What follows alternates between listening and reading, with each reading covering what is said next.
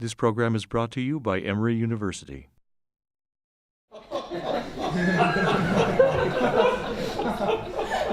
That's just a mere foretaste of what I have ready for you. And I'm very, very, very happy to be here today. In preparing for this visit to Emory, I learned about your courses of great works in the voluntary core curriculum. Courses in great books have been a standard offering in American collegiate education since the Second World War. And in that sense, Emory's courses are variations on a theme. Yet to speak of books is to describe just one kind of writing, and it's far from being the only kind of art that human beings create. I've seen students often puzzled by the inclusion of a short lyric poem in a great books course. How could something so small be a great book? And what about music and painting and architecture? These works are as potentially important as any book, and in that sense, to think about great works seems to me a helpful move. An equally important thing to appreciate is that many of the faculty in courses like yours here, and others like them, were themselves students in courses like this one. That personal nostalgic history isn't to be rehearsed in catalog copies or syllabuses, but teaching in such courses can be as much a personal commitment as a professional one. And the paths that many of your teachers take to these works and to this kind of teaching are important to understand and to know. So here was my path. Imagine, if you will, a sunny fall day in October 1949 in the city of Jefferson, Texas, not far from the Louisiana border, some 60 miles due south of Texarkana. The little boys and girls in Miss Fanny Nichols' first grade class has spent a week getting ready to perform a puppet show for the weekly meeting of the town's Lions Club. It was called something like Miss Nichols' First Graders' Puppet Show. Every spring, the Lions Club in Jefferson would perform in blackface for Jefferson's annual minstrel show. Singing and dancing and joking were beyond us, but we could make hand puppets out of black woolen socks and tufts of white cotton. Earlier, we'd spend a morning putting together a portable cardboard box in a stage large enough for 5 or 6 of us at a time to stand inside. The songs we sang were well known from our music classes in the same school auditorium where the Lions Club minstrels were performed. The Stephen Foster song we knew best was Old Folks at Home, though it's generally known as Swanee River. Way down upon the Swanee River, far, far away, there's where my heart is turning ever, there's where the old folks stay. This is what I learned from Bill Cook is called I dialect. It is written as if dialect on the page to be read that way, but not necessarily performed that way. In other words, you communicate the authenticity of your representation of dialect, but it's at best an approximation. And anyway, it's just a convention, a literary convention. So he goes on to say, all the world is sad and dreary, everywhere I roam. Oh, darkies, how my heart grows weary, far from the old folks at home. Well, no one knew where the Suwannee River actually was, northern Florida, nor what it was supposed to represent, the good old days of chattel slavery. And when he composed a song in 1851, Stephen Foster didn't much care. Later, he would regret these lyrics. He became an ardent abolitionist and supported the Union in the Civil War, but in 1851, after checking out various other rivers, the Yazoo River was a possibility he quickly rejected. Way down upon the Yazoo River? I don't think so. He settled on Suwannee, shortened to Swanee to fit his lyric meter, because he liked the sound of the word. Every year, the men of Jefferson, Lions Club minstrels, performed Swanee and other Foster songs in what was then regarded as an appropriate Negro dialect. Along with putting on black faces with burnt cork, wearing black or white woolly wigs, painting huge red lips and dressing up in the traditional minstrel shows costumes, Lions Club members would supplement their native Southern accents with as many step-and-fetch-it-isms as they could crowd into every song they sang. 2 in men seated on the left and the right had to be particularly alert, since it was their assignment to play uncomprehending fools to the urbane interlocutor in the center, a role usually taken by a prominent judge or lawyer. An interlocutor, as the interlocutor, he was the only person in the show who never wore blackface. He played a benign, amused white presence amid an ignorant troupe of black-faced choristers. The Vienna choir boys, we weren't. But if we couldn't sing so well, at least we could be adorable. The performance came off all right. A number of the Lions Club men were the proud fathers of children performing. The main attraction was that we were doing anything musical at all. Our primary school's music teacher, Mrs. Walter Dolan, played the piano and sang the lyrics with us to keep everybody going. We all piped up on cue, if not always in tune, and had quite a time moving our little hand puppets up and down and dancing them side to side when our turn came around to go inside the little cardboard proscenium stage. Enthusiastic applause, the cheers were our reward, that and hot dogs afterwards. The next day we went back to our ABCs and life settled down to its usual pace. As it happened, my Uncle Jack was visiting from New York that sunny fall day, and he had come along with my grandfather to see me perform. I don't recall anything much more than knowing that he was there and being glad that he was so proud of me. Later that same day, he had a present waiting for me when I came home from school, a beautifully bound and illustrated edition of Mark Twain's Adventures of Huckleberry Finn. He had inscribed it on the inside cover.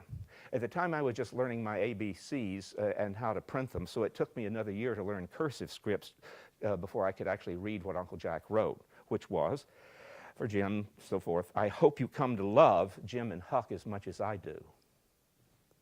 Once I had learned to read cursive script, I found that out. And of course, I did love Huck and Jim.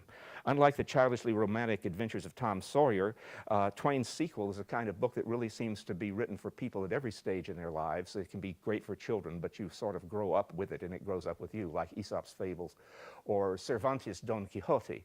As you may recall, one of the things that Tom Sawyer does is contrive a series of ridiculous escapades based on episodes in Don Quixote and everything else. In the same year, perhaps just by coincidence, one of Rodgers and Hammerstein's most famous musicals had opened on Broadway, and Uncle Jack had seen it. In the second act, he heard of South Pacific. He heard the young tenor playing Lieutenant Cabell sing a song when he learns that the musical's heroine from Little Rock, Arkansas, Nellie Forbush, is scandalized that her French lover, Emile de Bec, has fathered 2 children by a native colored woman, a Polynesian woman. And the lyrics go, "You've got to be taught to hate and fear. You've got to be taught from year to year. It's got to be drummed in your dear little ear. You've got to be carefully taught. You've got to be taught to be afraid of people whose eyes are oddly made and people whose skin is a different shade. You've got to be carefully taught. You've got to be taught before it's too late, before you are 6 or 7 or 8, to hate all the people your relatives hate. You've got to be carefully taught." I'm fairly sure no one at the Lions Club event had any conscious notion of teaching us how to view the people of color we lived with in Jefferson. Hatred was certainly the last thing that charming lunchtime show was designed to foment, but that's the point of Lieutenant Cabell's song. You have to be taught, starting very early. So Mark Twain's novel sat innocently, unthreateningly on the bookshelf throughout my childhood and beyond. I wouldn't grasp what it might mean until I reread Huckleberry Finn at the University of Texas. Even then, our professor wanted us to get to Whitman and Faulkner, who were his real love, so he just made one laser-like comment on a tiny snippet of Mark Twain's great novel. But it was a Lulu. Professor Swigert had been trained at Princeton and Yale Graduate School in the new criticism. The art of close reading of text isn't so much in vogue. In chapter 32, Huck is pretending to be Tom Sawyer, and he has to make up a believable story to convince Tom's Aunt Sally that he's her nephew Tom. But he doesn't know from which direction on the Mississippi Tom Sawyer would be coming from, nor where or when he was supposed to arrive. So what does he do? What kind of lie is he going to tell? Huck says, "I didn't rightly know what to say, because I didn't know whether the boat would be coming up the river or down, but I go a good deal on instinct. And my instinct said she would be coming up from down near New Orleans. But that didn't help me much, though, for I didn't know the names of the sandbars down that way. I see I had got to invent a sandbar, forget the name of the one we went aground on, or now I struck an idea and I fetched it out." So he says to Aunt Sally, "It weren't the grounding. That didn't keep us back but a little. We blowed out a cylinder head." Clearly startled, Aunt Sally exclaims, "Good gracious! Anybody hurt?" "No. Killed a nigger." Professor Swickett looked around the classroom to make sure we got the point, and we went on. Later, when I was a teacher myself, I realized that what leads up to Huck's lie is as important as Aunt Sally's short question and Huck's seemingly offhand answer. First of all, it's important to know how Huck came up with what today may sound like a major faux pas, an offensive comment, and it certainly reads as one to people in the business of banning books. To understand Huck's answer better, though, you need to slow down and hear a little more from him. "No, kill the nigger. is an ingenious answer to Aunt Sally's question because it convinces her he's his nephew, Tom Sawyer, because it deflects her curiosity from Huck altogether to this imaginary disaster, and it plays on a dehumanizing Southern conception of a black person using the right word at the right time to the right person, saying in effect that the nigger killed wasn't anybody, that is, wasn't a human being, but less than one, a slave. And at this point in the novel, we know that that is not at all the way Huck thinks, since he's wrestled with himself throughout his journey downriver with Jim and worked to articulate as best he can the humanity that is so obviously in him. He manages to do this, revolutionary as it would certainly be at that time and place, but he has to use the language and the conventional thought of his world in order to reach that point. He can't make up a new vocabulary. The notion of politically correct would be inconceivable in that world. Huck is in fact becoming a skillful rhetorician by instinct and experience, alert to what it takes to persuade someone that what you say to them is true. He sensed what kind of person Aunt Sally is. What she really wants to do is show her newly discovered nephew, Tom Sawyer, how much in tune she is with her sister and her sister's nephew. That's all she needs, and she's off and running. To say that Aunt Sally lets her guard down, it would be an understatement. So we pick up that answer again. Nome killed a nigger, to which she replies, well, it's lucky, because, you know, sometimes people do get hurt. 2 years ago, last Christmas, your Uncle Silas was coming up from New Orleans on the old Lally Rock, and she blowed out a cylinder and crippled a man. And I think he died afterwards. He was a Baptist. Your Uncle Silas knowed a family in Baton Rouge that knowed his people very well. Yes, I remember him. He did die. Mortification set in, and they had to amputate him. But it didn't save him. Yes, it was mortification. That was it. He turned blue all over and died in the hope of a glorious resurrection. They say he was a sight to look at. This free association, fast-talking Southern language belies the usual stereotype of slow, drawling Southern speech. It's sort of the way people in East Texas talk, and that's what I'm doing today. I don't talk very slowly. Aunt Sally also exercises a Southern penchant for rehearsing family history and connections, mentioning her husband's knowing a family that knew the family of the crippled man, and why not? White people are free to have all the kinship in the world, just as long as their slaves have no family history to look back on, nor any future one to hope for. Aunt Sally is as pious as they come, and Huck has read her brilliantly. In his own way, in other words, Huck has passed in his disguise as successfully as a mulatto trying to pass for white would in a slave society or in a segregated one. He creates a kind of moral disguise, a misrepresentation of the real Huck Finn who had discovered the humanity of a person his language and world told him could have no other identity than Jim the nigger. And there's still more behind Huck's words than the scandalous passage my teacher shocked us with. That earlier chapter of Huckleberry Finn is entitled Fooling Poor Old Jim. The trick that Huck pulls arises when a dense fog descends on the river and he's paddled out from their raft to try to find a tree or a sturdy root to tie the line of the raft on. All the while Huck was trying to find out that raft and did so after a long struggle, Jim was going crazy looking for him, trying to find him until he's exhausted. And when Huck gets back to the raft, he finds the poor Jim totally asleep, clutching the rudder. It's at this point that Huck decides to pull a fast one on Jim.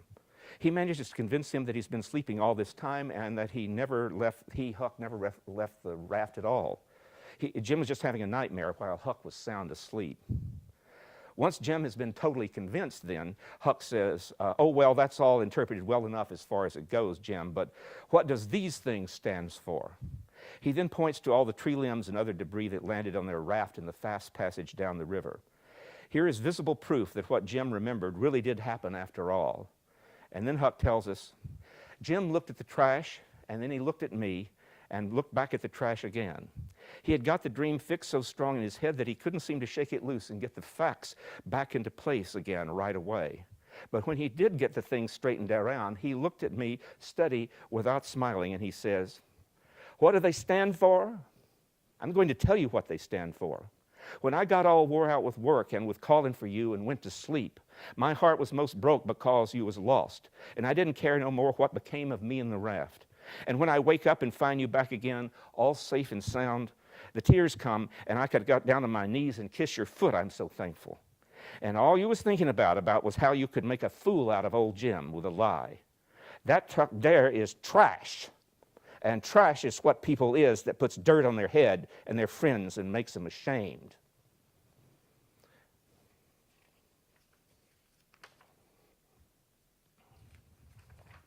Then he got up slow and walked away to the wigwam and went in there. But that was enough. Huck said he felt so bad about it that he could have knelt down and kissed Jim's foot. Then he says, it was 15 minutes before I could work myself up to go and humble myself to a nigger. But I'd done it, and I weren't ever sorry for it afterwards. I didn't do him no more mean tricks, and I wouldn't have done that one if I had known it would make him feel that way. Bright as he is, you see, Huck is not an educated person and has to think and talk with whatever language he's got. He's very much the person of the time and place that Mark Twain wanted him to be in. But his humanity, not his education, but his humanity shines through the scene in spite of all those limitations. He's a rhetorician by instinct, developing whatever you need to convince people you're telling the truth. So Huck has learned not just to lie convincingly, but also now to lie for a good reason, to make Tom Sawyer's Aunt Sally believe that he's Tom Sawyer and get himself some protection in a world that he's already learned it can be savage to anyone, white or black, who moves through it. Aunt Sally, of course, will be none the wiser, but Huck is, and thanks to Mark Twain, so are we. At the end of the story, Huck will tell us that this same Aunt Sally wants to adopt him and civilize him, but he'll have nothing of that. He says he's going to strike out for the West and the territory, wherever that happens to be, because he already knows what kind of civilization Aunt Sally represents. Beyond Professor Swiggert's class in Huck Finn, that novel was already acquiring more and more resonance with the world around me. The previous spring, I'd taken an overnight bus from Vicksburg, Mississippi, back to East Texas. And as I got on board, I saw an elderly Negro woman, as we would say then, accompanying a little white boy, and they were sitting at the front of the bus. All the other seats were empty. But at the back of the bus, there were a half-dozen white men standing with their arms folded, glaring at me. I said hello to the lady with the little boy. We politely nodded, and I sat down across the aisle. As the bus started up and headed out of Vicksburg, one of the men came up to me and leaned over me and said, "Are you going to mix?" It was quite a moment. I didn't recall what I said. I mumbled something temporizing or other. He stomped back to his perch with a snort. The idea that this elderly woman and child could be a threat to anybody didn't compute, as we now say. And I rode alongside them the rest of the night without any further comments. Perhaps the men standing at the back of the bus were too worked up to see the irony in what they were doing. Their hatred led them to stand there even when faced with an elderly woman who wasn't challenging them in any visible way except one, the color of her skin. Yet they had taken their stand in the very place Jim Crow laws assigned to people of color. It was the very place that Rosa Parks refused to go to. Rosa Parks in her famously brave moment that started the Montgomery bus boycott and was celebrated in the song Pete Seeger and others saying, "If you miss me at the back of the bus, you can't find me nowhere. Come on over to the front of the bus, I'll be riding there." This was my first personal encounter with a political scene the Freedom Riders faced every day. And if that started to wake me up to the realities of Southern living, a visiting speaker at the University of Texas the following year did the rest. One dreary night in February 1962, I went over to the Texas Union to check out a civil rights speaker, well known because of his support of the bus boycott in Montgomery, Alabama. Martin Luther King Jr. would become world famous the next year, leading the Great March on Washington, but to be honest, when I went to hear him then for the first time, I had little notion of who or what, and I stress what, I was about to encounter. The Texas Union Auditorium was filling up with all kinds of people, hundreds and hundreds of people, townspeople, faculty, students at the back of the hall. And there I saw the same kind of scene I'd seen the year before on the bus from Mississippi. A sizable crowd of angry white men with lots of frowns, flashing eyes, and making what the Hardy Boy mystery novels used to call muttered oaths.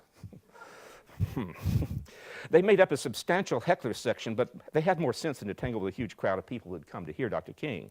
Finally entered with an escort of faculty and administrators and students and got underway. He began to speak modestly, quietly, with that well-modulated Southern voice, and for a long time talked that way as he moved through Scripture and then to American history and the conflicts of the present day. As it happens, this was just a few months before he would speak at Dartmouth College in the spring of 1962, and his speech then was much the same. He had no written text or notes in Austin, and he didn't have them at Dartmouth either. What we do have, though, thanks to Dartmouth Archives, is a transcript of his address. and I'll quote from it to supplement my own hazy memories of more than a half century ago. I still have the most vivid recall of this day of how he made me and others feel. Emotional memory lasts, even when the verbal memory goes away. Martin Luther King was a well-informed student of rhetoric, and as he began, he seemed genteel, even a bit academic, which was a surprise. No firebrand here, you might think. I can assure you that I regret very much that circumstances in our struggle for freedom and human dignity in the South made it impossible for me to be with you on the other two occasions that I was to be here. But I am very happy that my criminal instincts were suppressed at least for a while, so that I don't have to be in jail this time, and I could have the privilege of sharing with you on this occasion.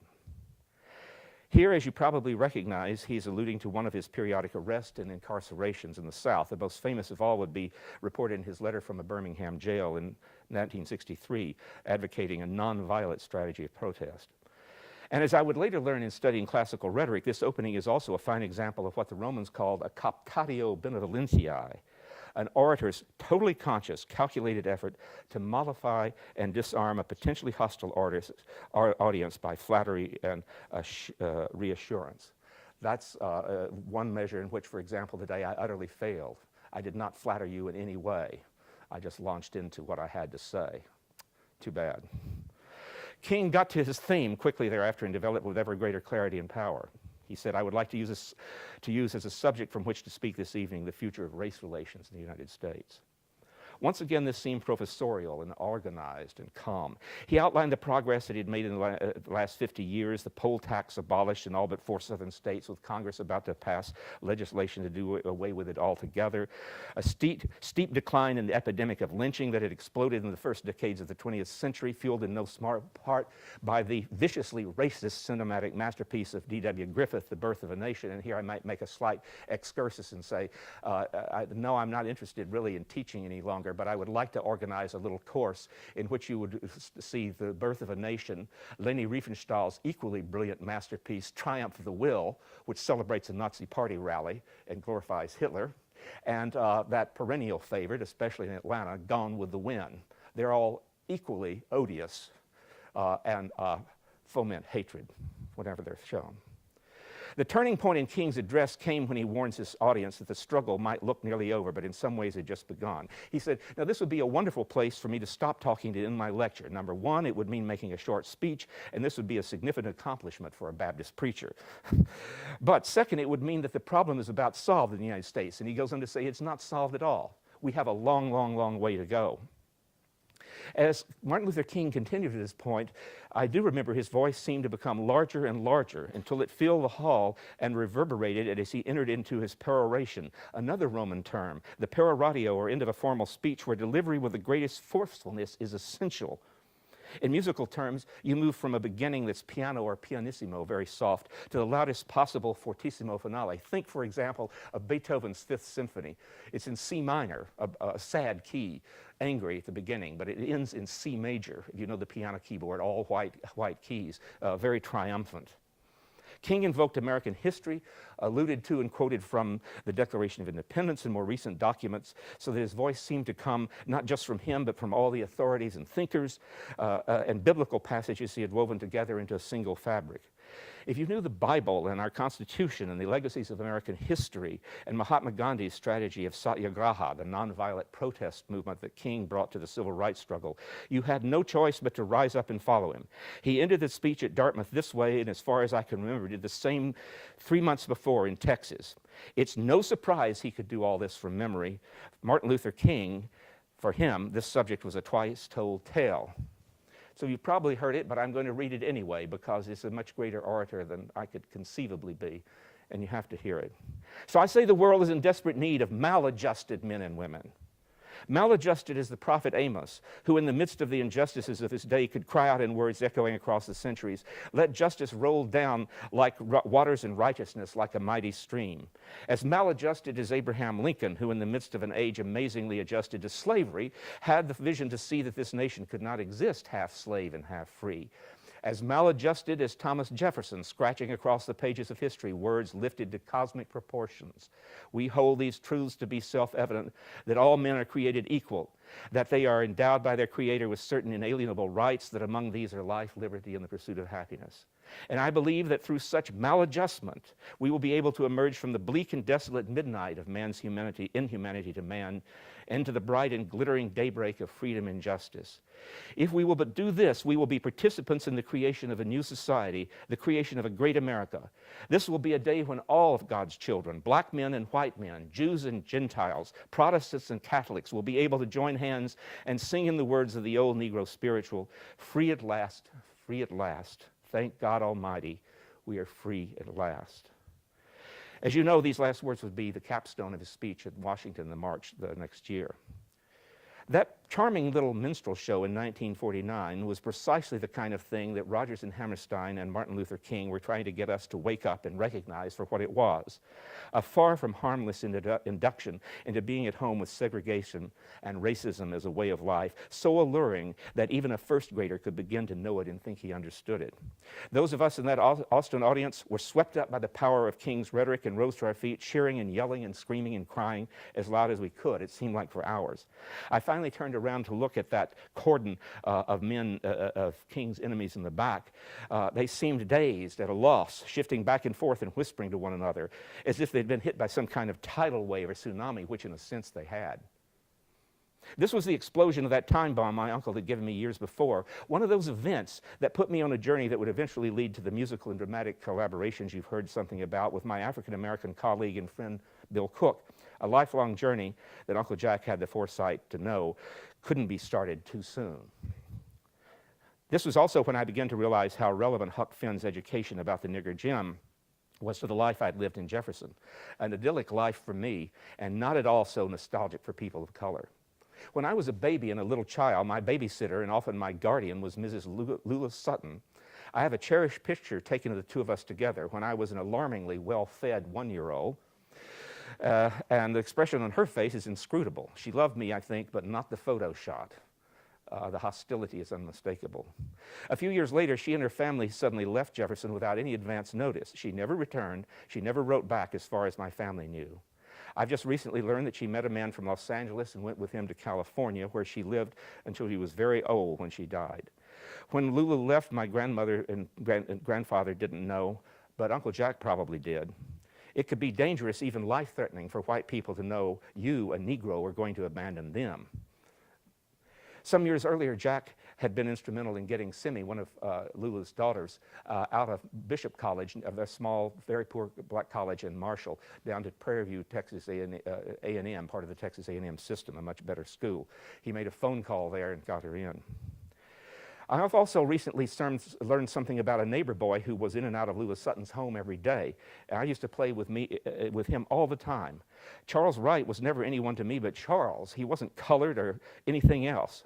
I think then I sort of cherish this memory because I was not so much blind to the color of his or anyone else's skin as uninterested in it, taking no notice of it, in the same way that one of my most brilliant students who grew up in Africa once told me what it was like there to grow up. You had no sense of race or color. These have scare quotes around them. You just were, and so were the people you met who came from Europe or Asia or America. Recall Lieutenant Cable's song in South Pacific, "You do indeed have to be taught to hate." So I always remembered Charles, if only by his first name. But our playtimes came to an abrupt end when my mother, of sainted memory to me, nonetheless, took me aside and said it was time to stop playing with Charles. And I asked why, and she said, because it's time for you to stop doing that, because you're in the first grade now, and Charles will go to his own school. Charles, my mother explained, had to go to his school, which was Central School. As I later learned, I never saw Charles again. Central School is anything but central. It was on the other side of the railroad tracks, literally, the tracks of the Texas and Pacific Railway, at the edge of town, surrounded by shanties and abandoned homes, with a dilapidated building for all 12 grades, cast-off textbooks no longer used by the white schools, with a poorly paid corps of dedicated teachers who accomplished miracles in the classroom in spite of the poverty. As for my beloved Lula Sutton, what her life after Jefferson may have been like became clearer when I read to Bill Cook, because he's incapacitated by stroke, but I did read it to him, the brilliant work by Isabel Wilkerson, a Pulitzer Prize-winning journalist, published in 2010, The Warmth of Other Suns, the epic story of America's Great Migration. Among other honors, by the way, she was once the James M. Cox Professor of Journalism here at Emory University. I don't know exactly when, but She was. My friend Bill Cook's family was part of the story she tells as they moved from Reedville, North Carolina to Trenton, New Jersey, where Bill Cook himself was born. A major theme in the last years of his teaching was literature and art coming out of the Great Migration. The writer Walter Mosley makes vividly clear in his novels and mysteries set in Los Angeles and New York that getting out of the deadliest parts of the South and Midwest by going to Chicago, Detroit, Los Angeles, wherever, it wasn't exactly a return to a turn into paradise. There was still W.E.B. Du Bois' famous color line, the color line. He, a great professor here at Atlanta University, and he talked about it as a continuing problem of the 20th century, and it is a problem now of the 21st century.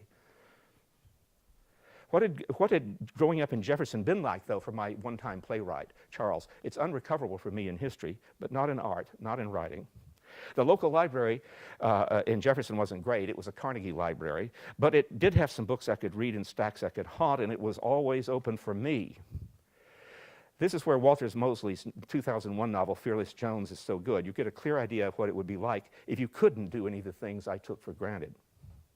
So his character says, he's talking about growing up as a boy in this southern town. There was a library in the white part of the town. Coloreds couldn't go inside for a while. I would go there and sit out in front of the bench where they put discarded books, reading old ones like the Hinckley Reader in Uncle Tom's Cabin. One day the librarian, Celestine Dowling, came out and asked me what I was doing. "Readin'," I said proudly. "Really?" old Miss Dowling said.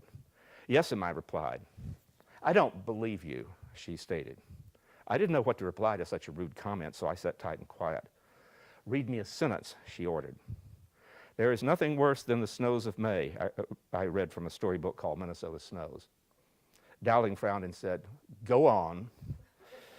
I read the first page and then the second. I read all the way through the story. I had read that book many times and so did not skip or stutter hardly at all. When I was through, Miss Dowling said, "Come on with me." She led me through the big double doors of the library into a large room that was at least 20 feet high, lined to the ceiling with shelves that were packed with neat rows of books. I remember my heart catching. I forgot how to breathe altogether. I had no idea that there were this many books in the whole world. There was a big oak table in the center of the room with fancy chairs around it. There was a podium with the proper Webster's open to some page and a lot better than the little pocket dictionary he had. "This is a library," the librarian said. I nodded and gulped. "Close your mouth, boy." "It's beautiful," I said. "I never seen nothing like it." "Of course you haven't. And do you know why?" "Because I've never been in here before?" I asked, not understanding the question. "No," she said from some Olympian height. "It is because this is a white library. And no matter how much you know how to read, these books are not meant for you. These books were written by white people for white people. This is literature and art and the way our country is and should be. There will be no library card for you, so you can stop sitting out in front. You have seen as much of this building as you ever will."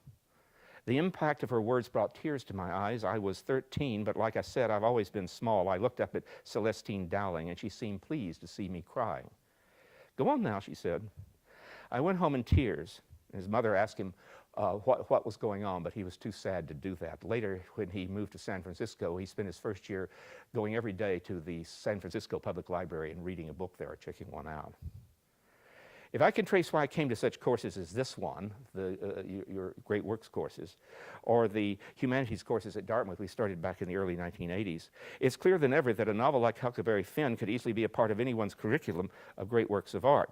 And the first thing that would occur to any classicist who was teaching in this kind of work would be to refer to the huge role liars and tricksters play in Greek myth and literature.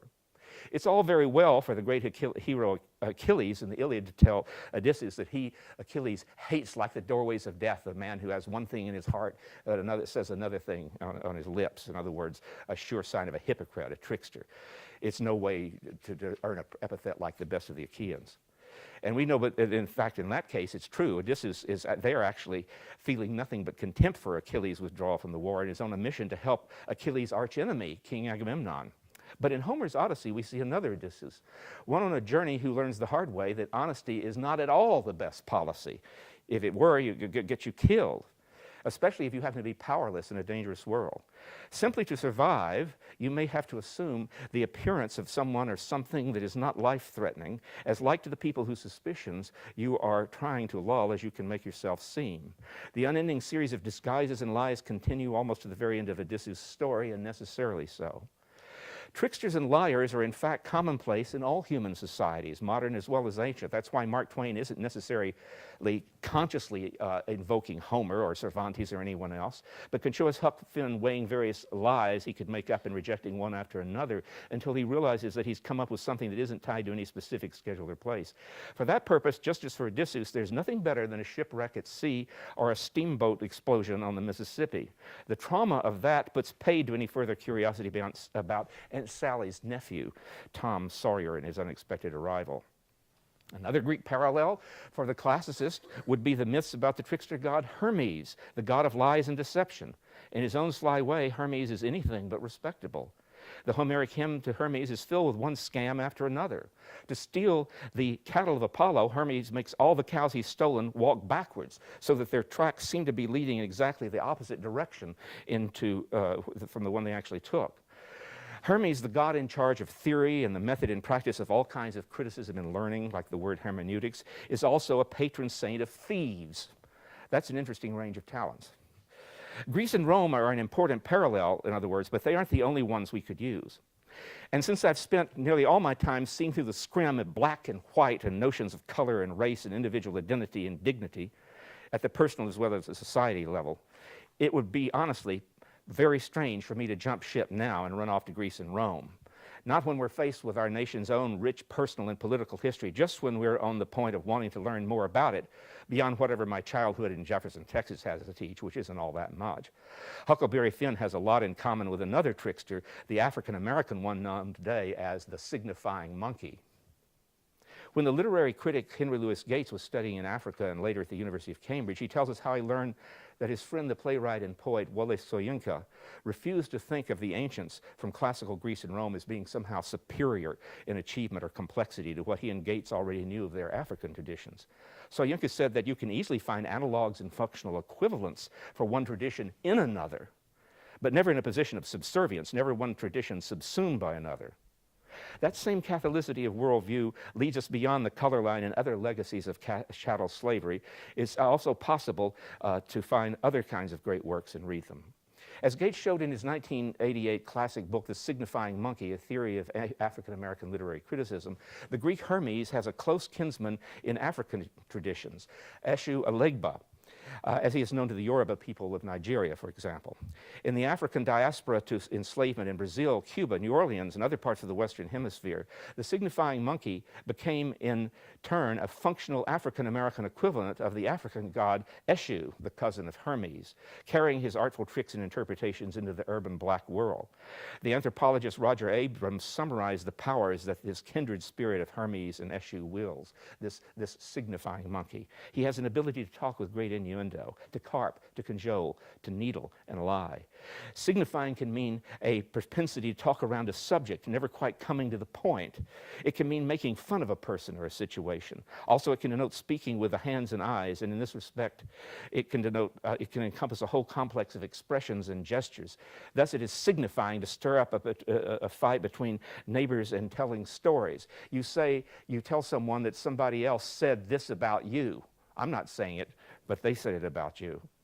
Louis Harriot, the anthropologist and writer, wrote a book a few years later called Trickster Makes This World, where he showed that you can find the playful and disruptive side of the human imagination all over the world. Hermes in classical Greece, of course, but Eshu in West Africa, and also Krishna in India, and Coyote in North America, in the Amerindian cultures. You can see a similar trickster figure, the lives and works, then also, he goes on to say, of such artists as Picasso or Allen Ginsberg or John Cage, artists that are very hard to pigeon and delighted in outraging and frustrating people who wanted to be their patrons. What the signifying monkey does, in fact, as a practical matter, is play the dozens, insulting his victim by triangulating to some third party, not saying you yourself what you want to say is an insult, but claiming someone else said it. So you can then say, well, I didn't say that, they did. Knowing how to lie and deceive are fine talents to have in the world if you happen to live in one that isn't a safe or certain place to be. In this case, it's the jungle where there are the strong and the weak, the powerful and the powerless, and the balance of power may shift at any time in a hard reality assert itself. And so the question gets to be, where will you be then? The parallels between the jungle and human societies, ancient and modern, are plain to see. as are the survival skills you need to live in either of them. So here's my peroration, as best I can perform it, William Cook's variation of the signifying monkey. Because this is an idealistic course and you are young students in college, I'd like to say it's a cautionary tale and a morally improving one, but I don't know. There hadn't been no shit for quite a bit, so the monkey thought he'd start some of his signifying shit. It was one bright summer day, the monkey told the lion, "There's a big, bad, burly motherfucker living down your way." He said, "You know your mother that you love so dear?" He said, "Anybody can have her for a 10-cent glass of beer." He said, "You know your sister that's so old and gray?" He said, "He's the turd that caused her to be that way." Now the lion knew that he didn't play the dozens, and he knew that the elephant wasn't none of his cousins. So he went through the jungle with a mighty roar, popping his tail like a 44, knocking giraffes to their knees and knocking coconuts from the trees. He ran up on the elephant under the coconut tree and said, "Come on, you big, burly, bad motherfucker, it's just you and me." Now the elephant looked at him glassily out of the corner of an eye and said, "Go on, tramp, pick on somebody your own size." The lion jumped back like a jitterbug to make his pass. Elephant sidestepped and knocked him dead on his ass, broke 3 ribs and fucked up his face, knocked his asshole all out of place. They fought all night and they fought all day, and by the Lord's help, the lion got away. Now the lion come back more dead than alive, and that's when the monkey started some more of his signifying jive. He said, "King of the jungle, ain't you a bitch? You look like something with a 7-year itch." He said, "When you left, lightning flashed and church bells rung. Now you look like something damn near hung. What, motherfucker, don't you roar, or I'll jump down on the ground and beat your funky ass some more. Say, while I'm swinging around in my tree, I ought to swing over your chicken shit head and pee. Every time me and my old lady trying to get a little bit, here you come down the jungle through that with that hi-ho shit." Now, the little monkey was dancing all around. His feet slipped and his ass hit the ground. Like a streak of lightning in a bolt of white heat, the lion was on the monkey with all 4 feet. Monkey looks up with tears in his eyes. He says, "I'm sorry, brother lion." Say, "I apologize." Lion says, "Apologize, shit." Say, "I'm going to stop you from your signifying." Now, the monkey got to think and think fast if you want to save his little old hairy ass.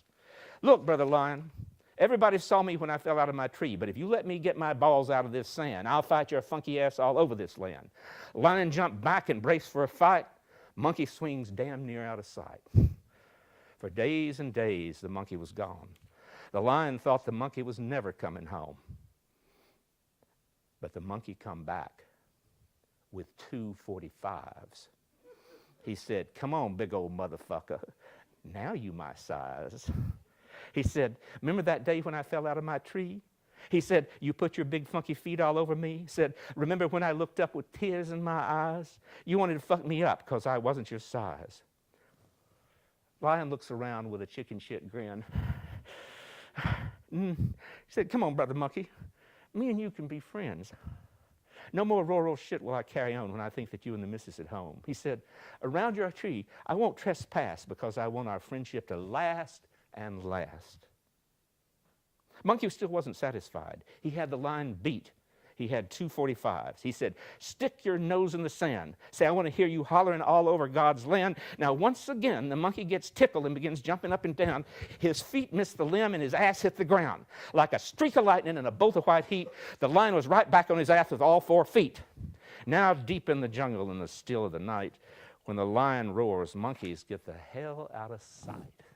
Thank you. Yes. Are there any sober questions for this highly morally improving? You don't have to have any questions. I prefer none. Oh, all right. Let me tell you about the time in Weatherford, Texas. Never mind. Mary Martin's statue was given by the Peter Pan Peanut Butter Company, and it was a plastic statue. Mary Martin was from Weatherford, Texas, and it was plastic. It was green and white and red and everything else. And if I were doing it in biblical terms, the youths of the town went unto the statue and performed gravely ill-mannered things upon it. And some friends of mine got caught. I hid in the bushes alongside the park, and the police didn't get to me then, but they found out later. This came by and said, "Mr. Harvey, we understand that Jimmy was there with some boys getting after that Mary Martin Peter Pan statue the other night." And Uncle Jack said, "And a good thing, too." So the officer laughed and went away. But never mind, that's just out of my life and thought. Really, honestly, you don't have to have any questions. It reminds me of a line in the Iliad. Those of you who read it, they stayed silent because he had spoken to them very strongly. But don't you think that you're all going to be better people now because of this talk? I mean, hasn't this made you a better person? Aren't you now disposed to lie, properly? See, it has a purpose. You know, you aren't what you see. You can really lie. You can lie about what you're doing. And it's just fine. It's a fine.